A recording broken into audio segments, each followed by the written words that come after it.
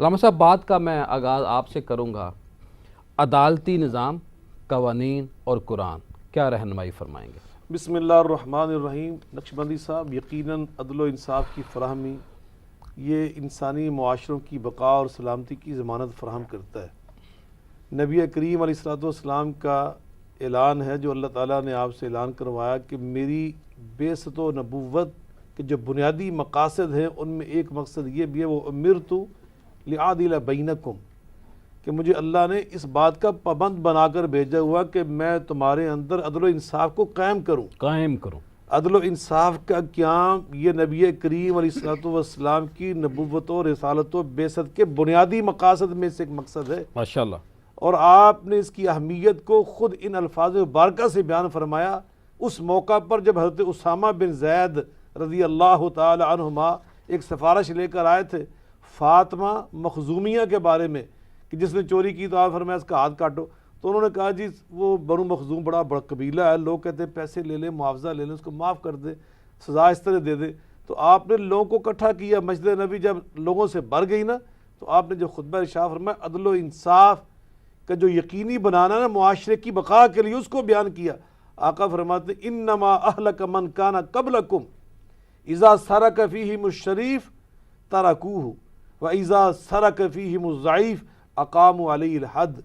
فرمایا کہ تم سے جو پہلی قومیں برباد ہوئی نا، ان کی بربادی کے اسباب میں سے ایک بنیادی سبب یہ بھی تھا، کہنے کے لیے کسی کو جرت بھی نہیں ہو رہی تھی، سعد بن زید کو استعمال کیا، یعنی کہ ان سے کہا کہ اسامہ بن زید کو اس لیے فرمایا کہ وہ نبی پاک صلی اللہ علیہ وسلم کے متبنہ بیٹے کے بیٹے تھے، آپ کو بہت لاڈلے اور پیارے تھے۔ آپ آقا نے ان کو پتہ کیا فرمایا تھا؟ اتشفع فی حد من حدود اللہ، اللہ اکبر، یا اسامہ اللہ کی حد اور قانون کے بارے میں سفارشی بن کر آیا۔ اللہ حالانکہ اسامہ کی کوئی بات کو کریم آقا رد بھی نہیں کرتے، مان لیتے تھے، اس لیے ان کو بھیجا تھا۔ تو نبی پاک صلی اللہ علیہ وسلم نے فرمایا کہ تم سے پہلی قوموں کی بربادی میں سبب یہ تھا کہ ان کا طرز عمل یہ تھا کہ قانون کے دو حصے رکھے تھے، بڑوں کے لیے اور قانون تھا، چھوٹوں کے لیے اور قانون تھا۔ بڑا جرم کرتا تو اس کو وی آئی پی سمجھ کر چھوڑ دیا جاتا، مستثنیٰ اور فلاں اس طرح قوانین تھے۔ اور اگر کوئی بیچارہ مزدور پکڑا جاتا، کوئی بیچارہ غریب پکڑا جاتا، تو پھر قانون کے سارے تقاضے اس پر پورے کیے جاتے۔ تو بلا شبہ نبی کریم علیہ الصلوۃ والسلام نے یہاں وضاحت کر دی۔ مجھے یہاں سیدنا علی المرتضیٰ کرم اللہ وجہہ الکریم کا ارشاد یاد آ رہا ہے۔ آپ فرماتے ہیں الملک یبقی مع الکفر ولا یبقی مع الذل۔ حضرت شیخ الاسلام ابن تیمیہ رحمۃ اللہ علیہ نے اس کی بڑی وضاحت کی ہے، وہاں مجھے الفاظ یاد آ رہے ہیں، کہتے ہیں ان کانت مسلمتن، جو ظالم ریاست ہو چاہے مسلمانوں کی ریاست کیوں نہ ہو، وہ فرماتے ہیں وہ کبھی باقی نہیں رہ سکتی۔ دیکھیے قرآن پاک میں 26 مقامات پر انصاف کے حوالے سے، قانون کی حکمرانی کے حوالے سے ذکر ہوا۔ کیا فرمائیں گے آج کا جو عدالتی نظام ہے، جو آج کا ہمارا سسٹم ہے، اس سسٹم میں بہتری کیسے آ سکتی ہے؟ اور ایک انصاف ہے پارلیمنٹ کی طرف سے جو قانون سازی ہونی ہے، دوسرا ہے جج حضرات کے پاس آنا، پھر وکیل ہے، پھر گواہان ہیں، پھر وہ مدعی ہیں، پھر سچے ہیں، جھوٹے ہیں۔ کیا فرمائیں گے آپ؟ بلا شبہ اسلام کی تعلیمات اس حوالے سے بہت واضح ہیں۔ اسلام نے سماجی عدل اس کا بھی پابند بنایا۔ گھر میں یہاں تک بات کیے فَإِنْ خِفْتُمْ أَلَّا تَعْدِلُوا فَوَاحِدَةً أَوْ مَا مَلَكَتْ أَيْمَانُكُمْ ذَلِكَ أَدْنَىٰ أَلَّا تَعُولُوا۔ ایک سے زیادہ بیویاں تب رکھ سکتے ہو اگر عدل کر سکتے ہو، عدل نہیں کر سکتے تو اس کی اجازت ہی نہیں ہے۔ آپ کی 4 شادیاں ماشاءاللہ۔ تو عدل کرنا نبی پاک صلی اللہ علیہ وسلم نے اپنے بارے میں ارشاد فرمایا کتنے تھا۔ صاحبزادے ہیں، کتنے بچے ماشاءاللہ؟ جی وہ اللہ تعالیٰ آپ کو سلامت رکھے، تو اللہ تعالیٰ کا ایک فضل آپ کی کرم، اہلیہ ماشاءاللہ، اللہ تعالیٰ ان کو غریق رحمت فرمائے، وہ اللہ کے پاس چلے گئے۔ چوتھی کا بھی ہے ارادہ کہ نہیں ہے؟ یہ بھی ایک شریعت کی بات ہی ہو رہی ہے، لیکن وہ میں عرض کر رہا ہوں چونکہ ہم عدل کی بات کر رہے ہیں تو اللہ موضوع پر ہم آ جاتے ہیں۔ تو عدل و انصاف، سماجی عدل جو ہے اس کا بھی اسلام نے ہمیں پابند بنایا۔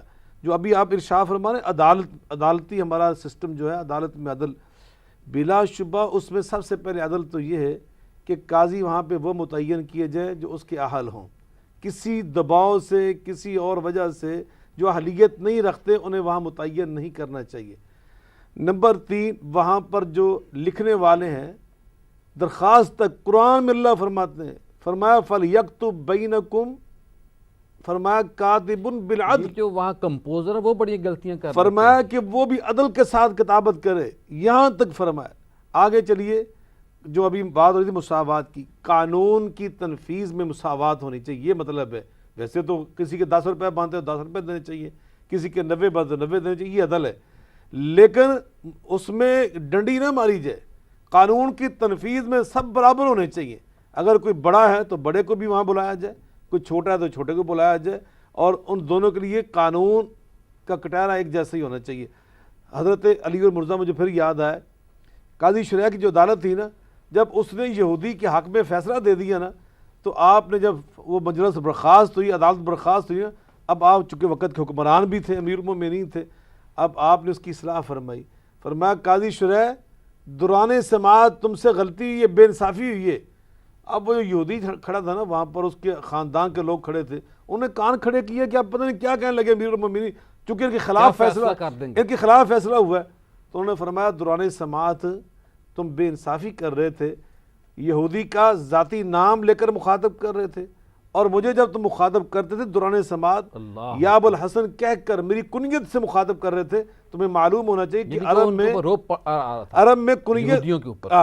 عرب میں کنیت استعمال کرنا جو ہوتا ہے نا، یہ پروٹوکول دینا ہوتا ہے، احترام دینا ہوتا ہے، تو مجھے احترام دے رہے تھے، آئندہ کبھی یہ غلطی نہ کرنا۔ آپ کی یہ گفتگو سن کرنا وہ سب لوگ مسلمان ہو گئے۔ تو یہ ہے عدل کہ آپ نے ہر لحاظ سے عدل کے تقاضے پورے کرنے ہیں، کسی لحاظ سے ڈنڈی نہیں مارنی، یہ اسلام میں جائز نہیں ہے۔ تو بلا شبہ ہمارے عدالتی سسٹم میں بہت میں سمجھتا خوبیاں بھی موجود ہیں، اور جو کمزوریاں اس میں تاخیر۔ علامہ صاحب کوئی مختصر باتیں بتائیے کہ جو اسلامی قوانین کا نفاذ نظر کیسے آنا چاہیے، یعنی کہ جو نفاذ ہے وہ کیسے ہو، فوری انصاف کی بات کر رہا ہوں۔ بلا شبہ اسلام کا منشا تو یہی ہے کہ اس میں تاخیر نہ کی جائے، فیصلوں میں تاخیر نہ کی جائے، انصاف میں تاخیر نہ کی جائے، بلکہ فوری طور پر جو مستحق ہیں ان کا حق ان تک لوٹایا جائے اور ان کو پہنچایا جائے۔ اور اس حوالے سے ہمیں انصاف کا حصول سستا بھی کرنا چاہیے، آسان بنانا چاہیے۔ اس کے لیے الحمدللہ اسلامی نزدیک کونسل غریب بندہ تو تگڑا وکیل نہیں کر سکتا، کافی ساری سفارشات مرتب کی ہیں، بھیجی ہوئی ہیں، انشاءاللہ ان پہ اگر عمل ہو جائے صحیح معنوں میں تو بہت ساری بہتری آ سکتی ہے، اور اس کے لیے میں سمجھتا ہوں ہمارے عدالتی سسٹم کے اندر بھی کوشش کی جا رہی ہے۔